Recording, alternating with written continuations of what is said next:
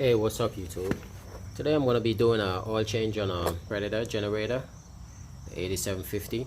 We had some power outages, so I had it running for a while. I'm about to store it, so now I'm just going to do an oil change, and I figure I'll do a video on that. I actually have it propped up on some 2x4s, both sides, just to get some clearance. So I have the catch pan right here that I'm going to use to catch the oil. I just actually got a water jug, a gallon jug, cut it in half and slid it under there. And this is the drain bolt. That's your fill plug. And like with anything else, always want to make sure that you could open up your fill plug. That way once you drain it, you know for sure you could actually add oil back in it. So this particular plug is a 12 millimeter. I don't know if it's showing up here, but 12 millimeter. And I just have it on a extension. Put that on. I'm going to crack that.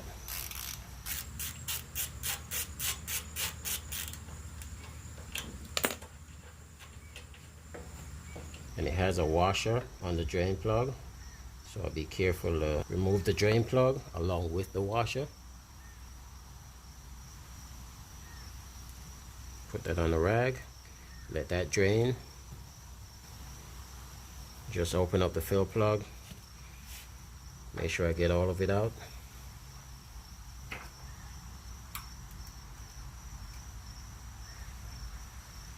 And that's what the fill plug looks like. Put that on my rag.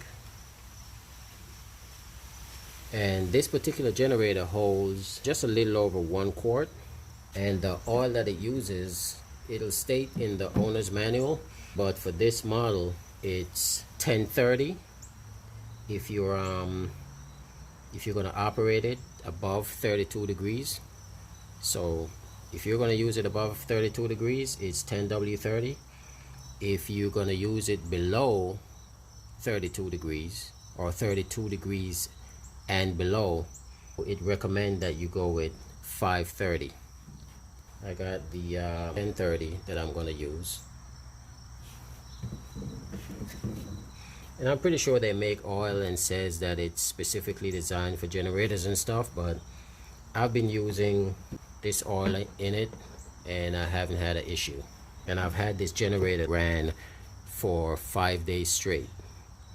I probably did maybe 2 or 3 oil changes. It recommends 20 hours of use and then oil change.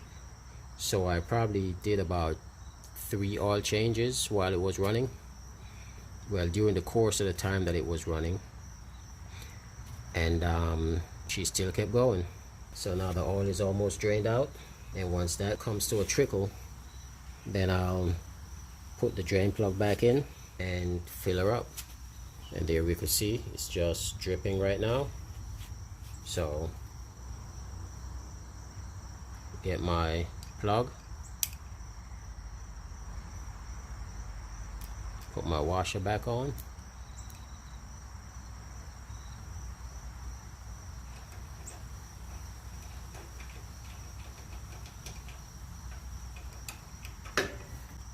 you just want to snug it up, you don't want to over tighten it. So I normally just choke up on my ratchet, like get like right up on it like so, and then I'll just tighten it. That's that.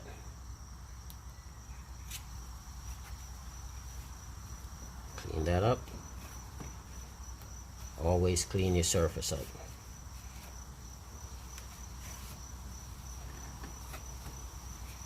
So now it's just to get a funnel.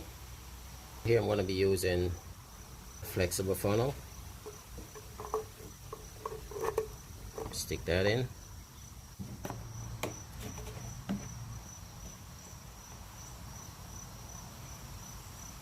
I'm gonna pour it slowly.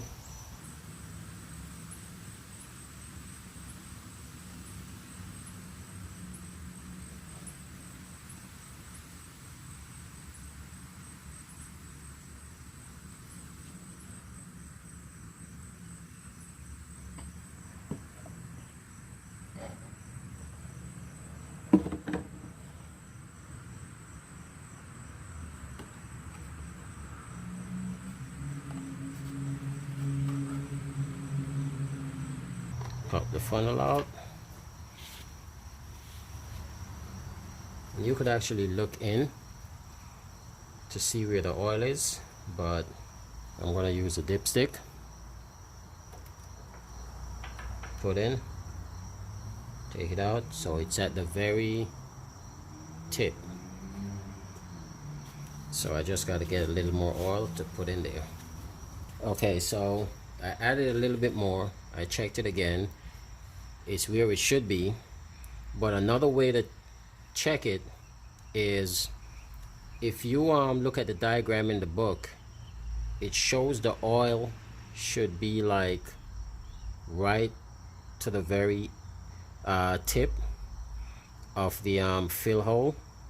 So once you pour it in and you see it get to the very top, you could that's actually good enough.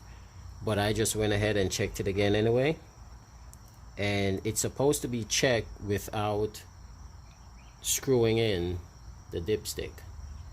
You could see it's right here, so that's good enough. Now I just put this in,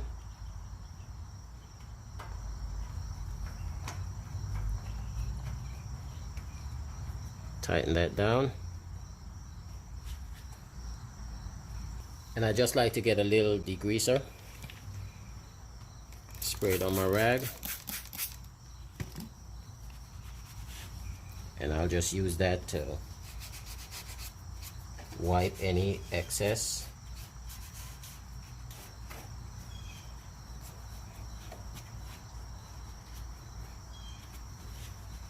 And another thing to keep in mind when you're doing this is the unit has to be level, so it's got to be on a level surface. So I have it propped up on the 2x4, and I also added a few strips under it just to make sure it's level, and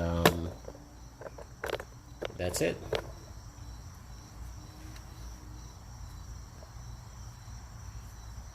All I gotta do is get my air compressor, blow the dust off, put it in the shed, cover it down, and she'll be ready to go. Okay, so it's also recommended to drain the fuel from the carburetor. Normally I don't do that.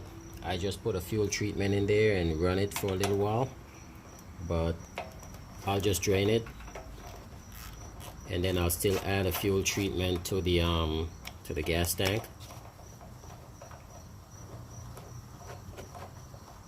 So I just gotta pop this drain bolt out. You can see the fuel draining out. And I'm just catching it in the same container I had the oil in. I just drained the oil out of it. It's not much that's gonna come out of it, but that's out. You could also take this piece off, this little cup at the bottom, and let that drain out. But like I said, all the years I've had it, I've never drained the fuel from the carburetor. I just wanted to show this on video. But once I put it back, then all I gotta do now, snug it up, and from here, get that out of the way, clean this up. Okay, so that's done. Now I gotta add the treatment in the tank. I have almost 3/4 of a tank, so I'm not going to drain all that gas out just to leave it empty. I'm just going to add the fuel treatment, and I could store it away like that. Here I have the stable fuel stabilizer, and this entire bottle treats up to 20 gallons, but if you read the instructions, you can see here it says 1 ounce treats up to 2.5 gallons, and this is a 6-gallon generator. So right now I have about 4 gallons in it, so I have like 5 ounces, so I'm actually gonna put 2 ounces in it.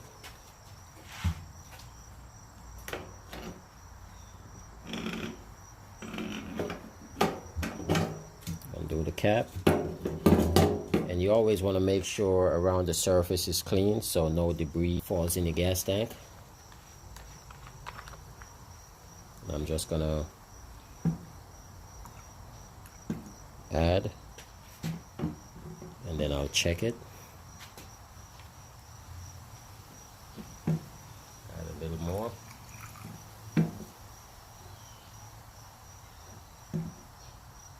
So I poured 1 ounce so far. I was at 5, started off at 5, so I need to end up with 3. A little bit more. Okay. So I'm at 3. Now there's a little that got spilled. I'm not going to clean that just yet. I'm actually going to put the cap back on.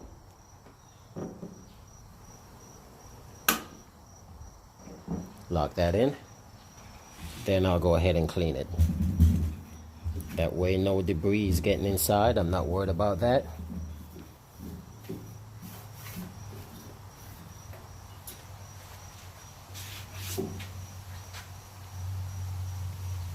Now I'll just blow it down with the air compressor.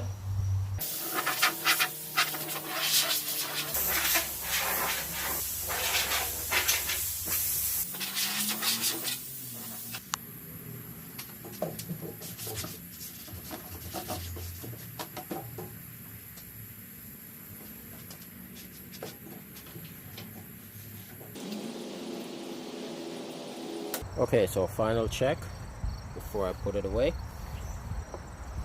The fuel cover is on. The fill plug, drain plug is tight, no leaks. Come around, I check the choke, the fuel cutoff switch, those are good. Come around to the carburetor. This little drain screw, that's back in. Nothing's leaking. She looks good. So now it's just put it in the shed, cover it down, and that's it.